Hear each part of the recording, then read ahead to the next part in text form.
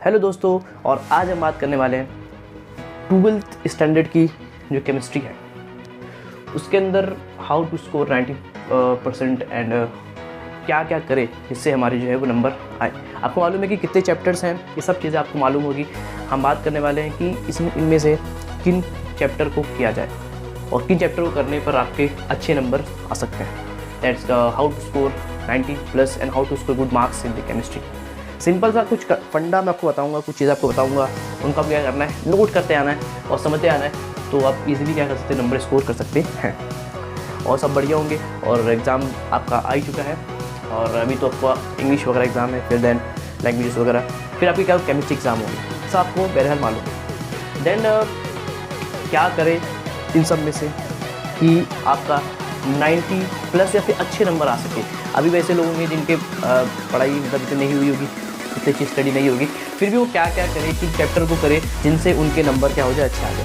तो उसको क्या करने वाले हम डिस्कस करने वाले, काफ़ी इंपॉर्टेंट चैप्टर होगा। आप बारीकी से एक एक चीज़ आपको देखते आएंगे, लास्ट तक आप को रियलाइज़ होगा, फील होगा कि हाँ आप उनमें कोई अच्छा नंबर ला सकते हैं, आप उनमें गुड नंबर, एक अच्छा नंबर 80+, 90+ नंबर ला सकते हैं केमिस्ट्री के अंदर। तो चीज़ें करना क्या है, मैं आपको कुछ बेसिक बताता जाऊँगा कि आपको किन चैप्टर को किस तरह से करना है। टाइम काफ़ी कम है, आपके पास भी कम है, एग्ज़ाम आपके करीब है, तो इसको स्टार्ट करते हैं।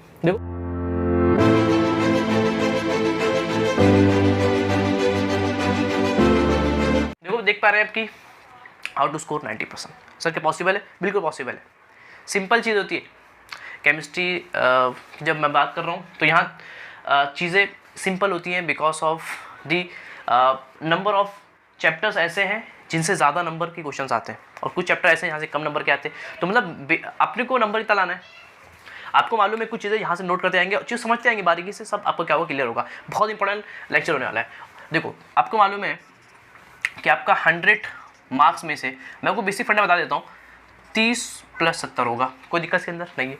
30 कहाँ से मिलेंगे आपको? प्रैक्टिकल से मिलेंगे, और ये आपको मिलेंगे आपके थ्योरी से या फिर यहाँ आपके पेपर से मिलेंगे। आपको जब पेपर देने वाले हो वहाँ से मिलेंगे। 30 आपको कहाँ से मिलते हैं? प्रैक्टिकल से मिलते हैं। आपने प्रैक्टिकल दिया होगा अच्छी तरीके से, वरना आपके यहाँ भी नंबर कटते हैं। अच्छी कॉलेजेस वगैरह होगी तो नंबर काटेगी, मतलब जो स्ट्रिक्ट कॉलेजेस है वहाँ थोड़ा नंबर ज़्यादा कटते हैं। जो नॉर्मल वगैरह कॉलेज होगी तो वहाँ नंबर ज़्यादा मिलते हैं। तो ये बहरहाल ये आपके हाथ में ज़्यादा नहीं होता है, ये कॉलेज के हाथ में होता है। अगर अच्छी कॉलेज है तो अच्छा नंबर देगी, वरना नंबर कटेगा।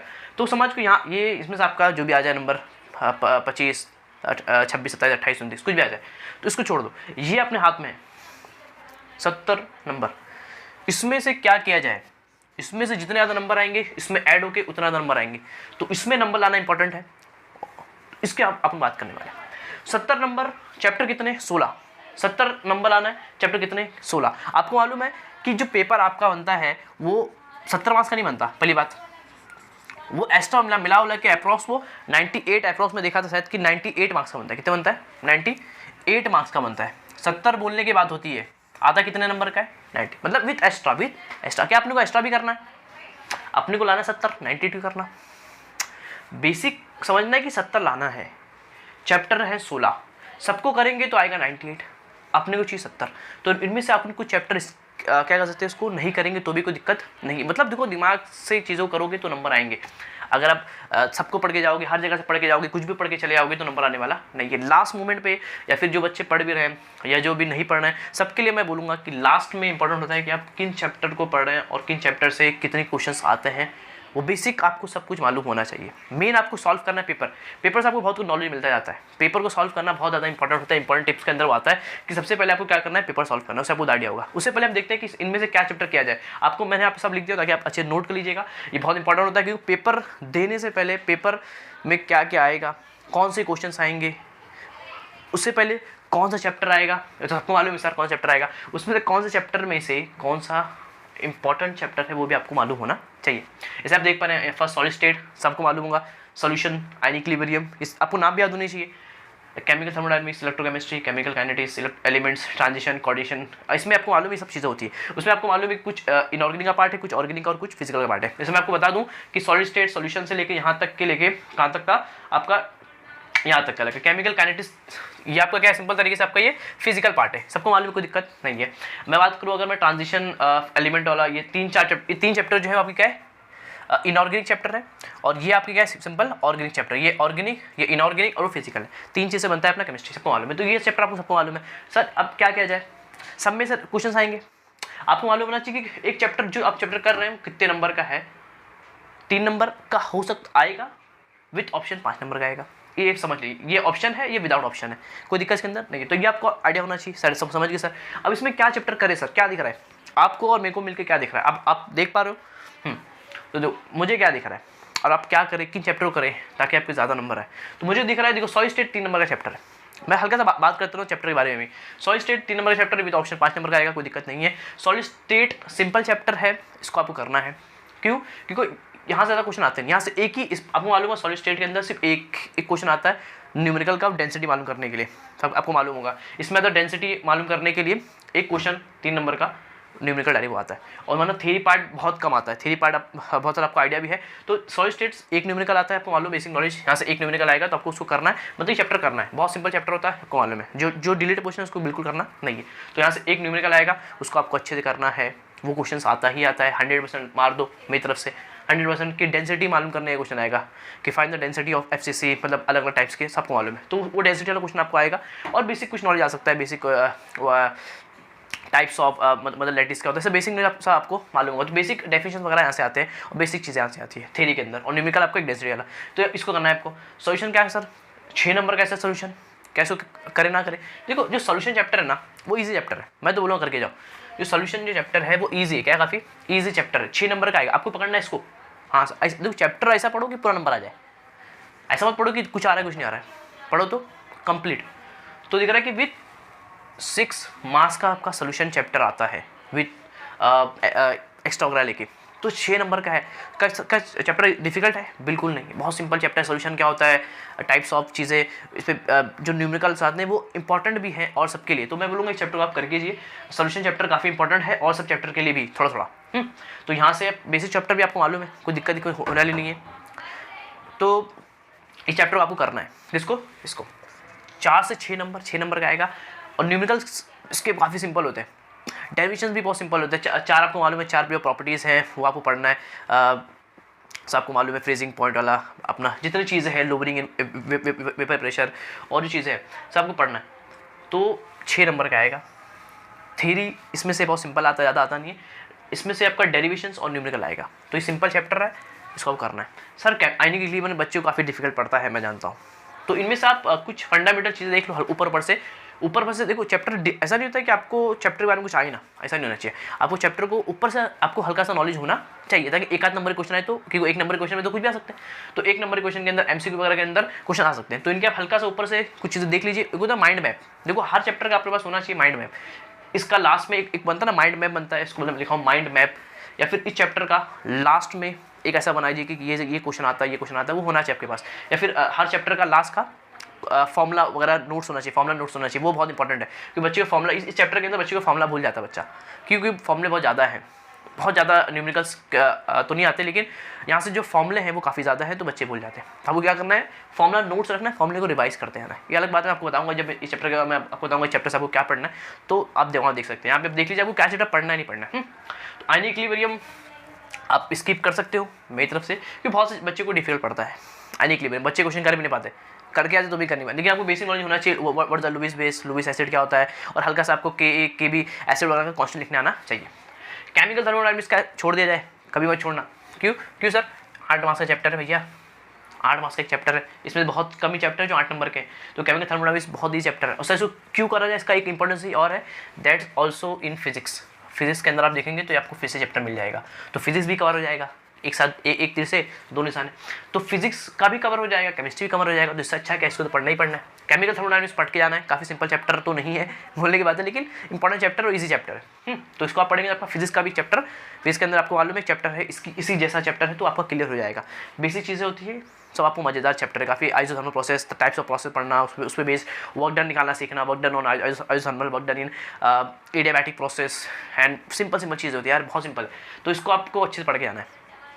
थर्मोडायनामिक्स हो सिंपल है, कोई दिक्कत नहीं। मैं आपको बता दूंगा जब मैं इसका बनाऊंगा कि चैप्टर से आपको क्या इंपॉर्टेंट पढ़ गया ना, तो आप उसको ही पढ़ सकते हो। लेकिन आपको चैप्टर बहरहाल पढ़ना है, पूरा पढ़ना है विथ न्यूमेरिकल सिंपल चैप्टर है। देखो न्यूमेरिकल से बेसिक डरते हैं, वो एक अलग, कभी आपको बताऊँगा कैसे उसको हैंडल करा जाए, वो अलग लफड़ा है, लेकिन इसको आपको पूरा चैप्टर करना है, ये आज का अपना मोटिव है। इलेक्ट्रोकेमिस्ट्री सर क्या क्या क्या किया जाए, इसका इलेक्ट्रोकेमिस्ट्री का काफ़ी 7 नंबर का चैप्टर है सर, क्या किया जाए। अगर आप थर्मोडायनामिक्स कर रहे हो तो आप इस चैप्टर को कर सकते हो।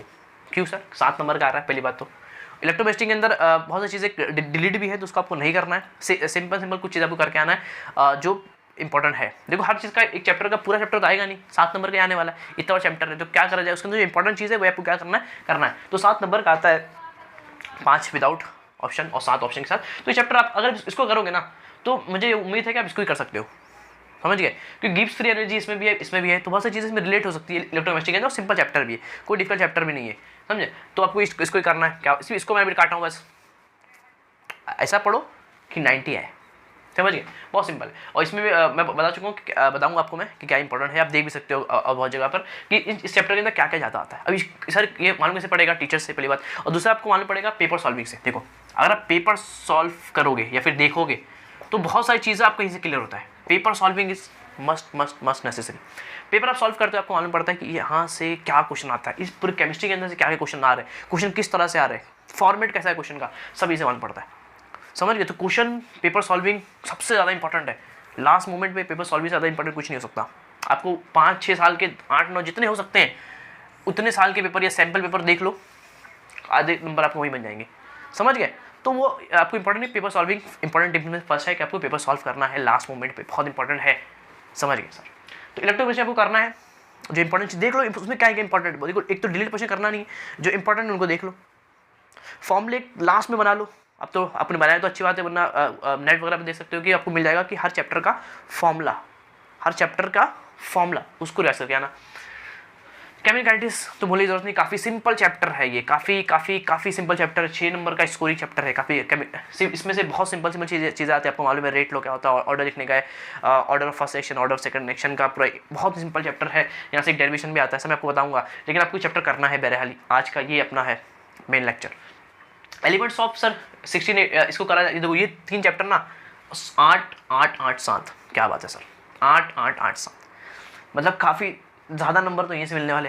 पहले हम टाइम में 10 नंबर का था, आपको 8 नंबर का है, तो सर इनमें तो दिक्कत होती है, सबको मालूम है। 3 चैप्टर काफ़ी डिफिकल्ट है।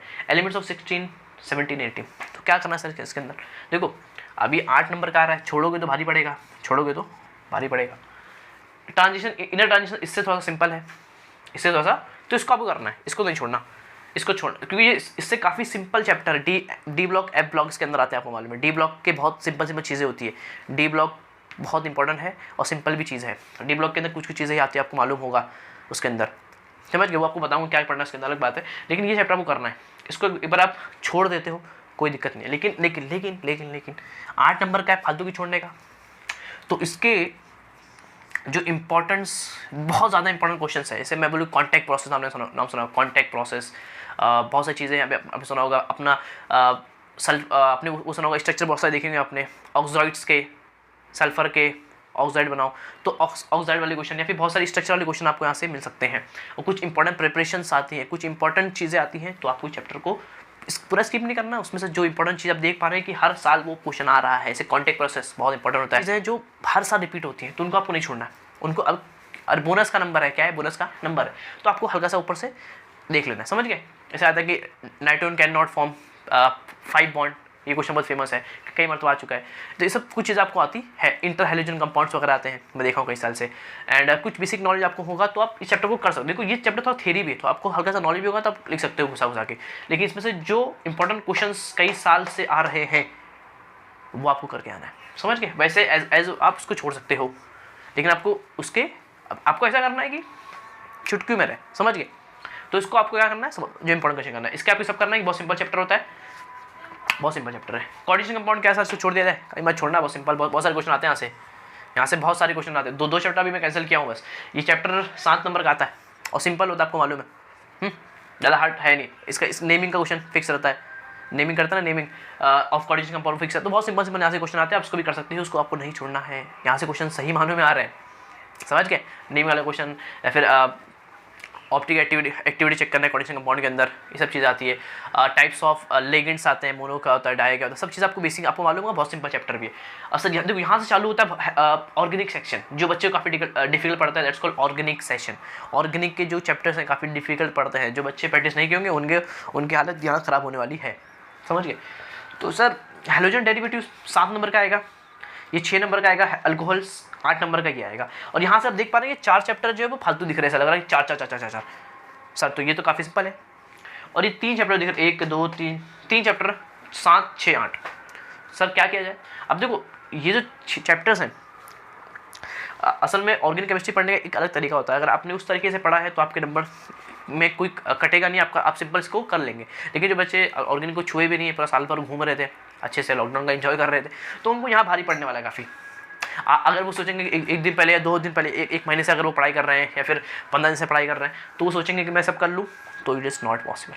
काफ़ी डिफिकल्ट होता है वो बच्चों के लिए जिनका बेसिक क्लियर नहीं है, वो अलग मसला है, ये अलग लेक्चर होगा इसके लिए। तो मैं बताना कि आपको क्या करना है, क्या करें सर। देखो इसकी एक अलग मैं बताऊँगा आपको कि ऑर्गेनिक केमिस्ट्री को आपको कैसे हैंडल करना है। एक अलग दिक्कत है, वो एक अलग ही दिक्कत है, एक अलग ही वो दिक्कत है। तो ऊपर से आप देख सकते हैं आपको क्या चैप्टर करें। देख रहे हैं 8 नंबर का चैप्टर है, मतलब यहाँ से क्वेश्चन आएंगे। अब होता क्या पता है, पेपर में क्वेश्चन आएंगे इन तीनों को मिला के। क्या सर? पेपर में क्वेश्चन आएंगे इन तीनों को, इधर इसको मिला लो, अमाइंस को भी ले लो, चलो अमाइंस को। ये 4 चैप्टर ना केमिकल, ये क्या है सब एक तरह के रिएक्शन वाले चैप्टर है। तो इनमें से आपको क्वेश्चन ऊपर से घुमा के देगा, आपको समझ नहीं आएगा कि किस चैप्टर से, तो वो टीचर्स को मालूम पड़ता है। बच्चे अगर अच्छे लेवल से किए तो उनको मालूम पड़ेगा। तो बेसिक आपको क्या करना है, इन 4 चैप्टर को अच्छे से करना है। क्या एकदम डेप्थ तक करना है? क्या नहीं, मतलब सर क्या करना है, देखो होता है क्या पता है, हर चैप्टर का बेसिक क्या होता है, इंपॉर्टेंट रिएक्शंस। मतलब ऑर्गेनिक के अंदर इंपॉर्टेंट क्या होता है, इंपॉर्टेंट रिएक्शंस।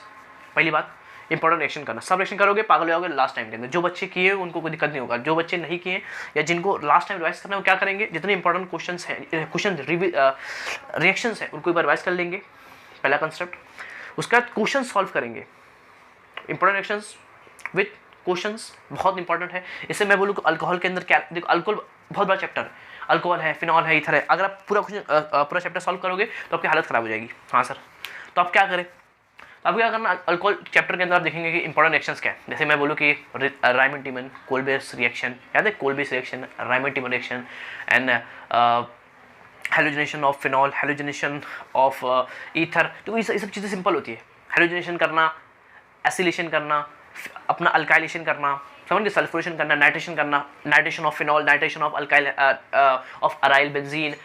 तो ये सब चीज़ आपको चीज़ें आएगी, तो आपको उस तरह से चीज़ों को पढ़ना है। तो इंपॉर्टेंट रिएक्शन आपको पढ़ना है, वो आपको बता दूंगा कौन से इंपॉर्टेंट रिएक्शन है चैप्टर के अंदर, आपको दिक्कत होने वाली नहीं है। तो अब अगर आपको मालूम है तो अच्छी बात है। तो सुनो, तो सब चैप्टर के इंपॉर्टेंट रिएक्शन आपको पढ़ना है। पहला पूरा चैप्टर पढ़ोगे पागल हो जाओगे, कुछ नहीं होने वाला। पूरा चैप्टर पढ़ के कुछ मतलब नहीं है, ये बस साफ बात हकीकत यही है। आप क्योंकि आप थोड़ा सा भी 12th के अंदर थोड़ा सा चैप्टर बहुत डेप्थ में दिए गए, आप उतना बार पढ़ोगे तो आप भूल जाओगे। आपको इंपॉर्टेंट रिएक्शंस लास्ट टाइम, अगर जो बच्चे इनको पूरा भी आता है वो भी लास्ट टाइम इंपॉर्टेंट रिएक्शंस को ही देख के जाए। सबको पढ़ने की कोशिश करोगे, इसको पढ़ोगे, एक दिन छुट्टी है शायद मेरे को जहाँ तक मालूम है, तो आप इसको करोगे तो इस चैप्टर पर छूट जाएगा। ऐसा नहीं करना है आपको इंपॉर्टेंट रिएक्शंस को देखना है पहला काम। फिर उसके इंपॉर्टेंट क्वेश्चन जो है, मतलब क्वेश्चन जो बोर्ड में आए हैं, उनको क्या करना है, सॉल्व करना है। एक माइंड, एक वो होता है माइंड मैप। क्या है कि हर चैप्टर का लास्ट में ना ऐसा बनता है, शॉर्ट नोट्स बनते हैं। शॉर्ट नोट्स मतलब उसके अंदर हर चैप्टर के इंपॉर्टेंट रिएक्शंस शॉर्ट में लिखे होते हैं। वो बच्चे खुद के हो तो और अच्छा है, बच्चा देखिए हाँ मैं इसको ऐसा खत्म हो जाएगा, तो वो और अच्छे होते हैं। अगर आपके पास है तो है, वरना आप किससे मांगो, अगर लीजिए कि इंपॉर्टेंट रिएक्शंस के शॉर्ट नोट्स वही पेपर के अंदर आते हैं। ऑर्गेनिक केमिस्ट्री पूरा करने की कोशिश करोगे, कभी नहीं आने वाला।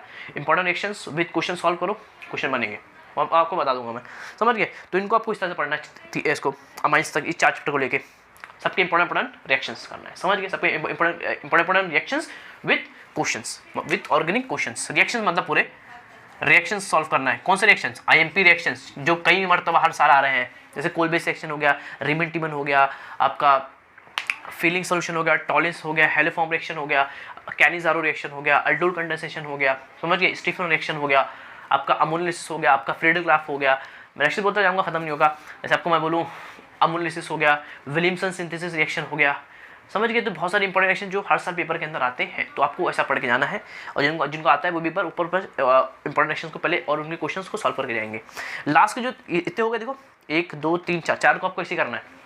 लास्ट के 3 chapter biomolecules, polymers and green chemistry बहुत इजी चैप्टर है, आपको बोलने की जरूरत नहीं है कि इनको आप नहीं करोगे तो आप लॉस में जाओगे आप। लेकिन इनमें क्या करना है, इनको देखो, ये सब ग्रीन केमिस्ट्री हो गया, 3-4 नंबर का है। इसमें से उसका जो मेन प्रिंसिपल है, 12 प्रिंसिपल है, वही आता है, आपको मालूम होगा। जो 12 जो नोट्स हैं एक, तो वो नैनो केमिस्ट्री और ग्रीन केमिस्ट्री से वही ज़्यादातर आता है, इंपॉर्टेंट क्वेश्चन वही होता है, समझ गए। तो आपको उनको कर लेना है, और क्वेश्चन अगर आए भी तो आप खुद से कर लेना है, डरना नहीं है। ये क्वेश्चन आपको थोड़ा सा वैसा क्वेश्चन आया कि आपको थोड़ा सा सोच के उसको आप सॉल्व कर सकते हो। तो आप देख सकते हो पॉलीमर और बायोमोलिक्यूल आपको नहीं छोड़ना है, हरदम बोलता हूँ। ये 2 चैप्टर बहुत सिंपल चैप्टर है, बहुत इंपॉर्टेंट, बहुत सिंपल। पॉलीमर तो बहुत कैंसिल ही हो गया इस साल में, पॉलीमर देखा बहुत कैंसिल हो गया है। कुछ चीज़ें पढ़ना है आपको उसके अंदर, आपको टेफ्लॉन पढ़ लो, नाइलॉन 6 पढ़ लो, फेमस नाइलॉन 6 पढ़ लो, नाइलॉन 26 पढ़ लो, व्हाट इज इलास्टोमर पढ़ लो, व्हाट इज एडिशन पॉलीमर। बहुत सिंपल से क्वेश्चन आते हैं यार। पॉलीमर तो जो छोड़े तो खत्म है, क्योंकि सबसे सिंपल चैप्टर क्या है, polymer. What is a polymer, समझ गए। वो बहुत सिंपल क्वेश्चन आते हैं ऐसे। बायोमोलिक्यूल थोड़ा सा हार्ड है, लेकिन बायोलॉजी अगर जिनका होगा तो वो तो करके जाएंगे। जिनका बायोलॉजी है तो बायोमोलिक्यूल तो उनका आना ही चाहिए, वरना बायोलॉजी पढ़ के मतलब क्या है उनको। और जो इंजीनियर के बंदे हैं, मतलब जिनका बायो है ही नहीं, वो थोड़ा सा इसको देख सकते हैं, मतलब छोड़ेंगे नहीं, क्योंकि यहाँ से क्वेश्चन आते हैं।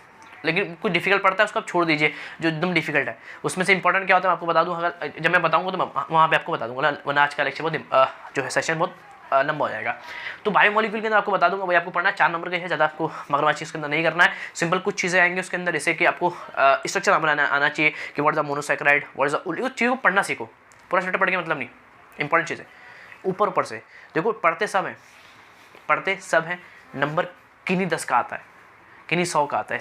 एक क्लास के अंदर 100 बच्चे हैं तो किन्हीं 10 ही टॉप करते हैं, कोई 2-3 टॉप करते हैं। ऐसा क्यों होता है? बिकॉज ऑफ उनका पढ़ने का तरीका अलग होता है।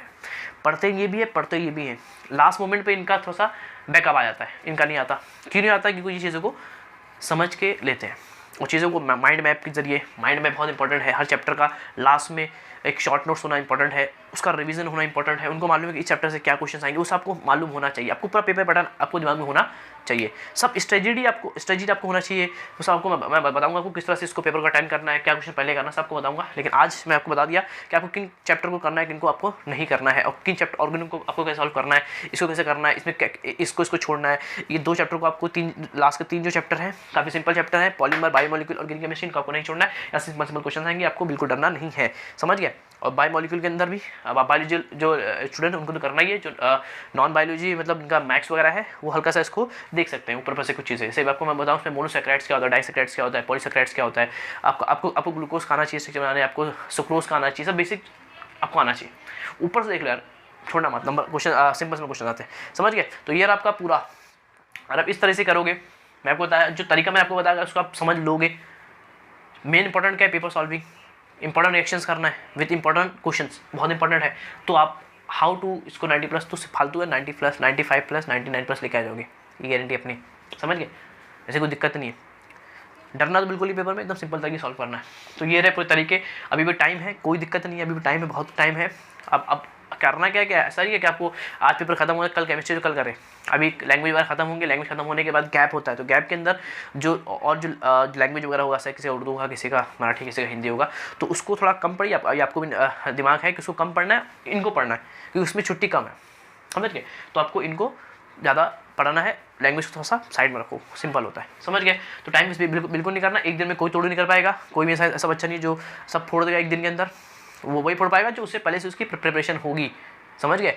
आज पेपर खत्म हुआ, एक दिन छुट्टी है, फिर केमिस्ट्री, तो एक दिन में पॉसिबल नहीं है। पॉसिबल किसका है? जो पहले से पढ़ के रखा हुआ है, अपना पहले से पढ़ के रखा है, इससे ऊपर से चीज़ें देखना है, तो उनके लिए सिंपल होगा, समझ गए। तो ये पूरा तरीका है केमिस्ट्री का, इससे आप इजीली स्कोर कर सकते हो 95+, सिंपल तरीके से जो बताएं वही उसको करते आना, समझ गए। जो ये मेरा था, ये बहुत सारे बच्चों का यही कंसेप्ट होता है कि वो यही इसी तरह से करते हैं। जो चैप्टर सबको पढ़ के मतलब नहीं है, चैप्टर को डेप्थ पढ़ के मतलब नहीं, आप 2-3 चैप्टर पढ़ रहे हो, डेप्थ पढ़ रहे हो, मतलब नहीं है, समझ गए। उनके जो इंपॉर्टेंस क्वेश्चंस हैं उनको पढ़ आगे बढ़ो, तरीके से पढ़ोगे तो नंबर आएगा। ऐसा घुस घुस के पढ़ोगे, हर चीज़ लेते पढ़ोगे तो मतलब नहीं है। तरीके से पढ़ो और आगे बढ़ो, तरीके से पढ़ो और आगे बढ़ो, नंबर भी ऐसे आएंगे। तो इस तरह से आपको करना है, डरना आपको बिल्कुल नहीं है, पढ़ाई करते रहना है। और इसके बाद अगर होगा तो मैं इसके बताऊँगा आपको हर चैप्टर के अंदर आपको क्या क्या पढ़ना है, वो भी कोशिश करूँगा बताने की। तो आज चीज़ें काफ़ी है, मैं दोस्त नेक्स्ट लेक्चर में एक नेक्स्ट टॉपिक के साथ, जब तक के लिए पढ़ाई करते रहें। All the best.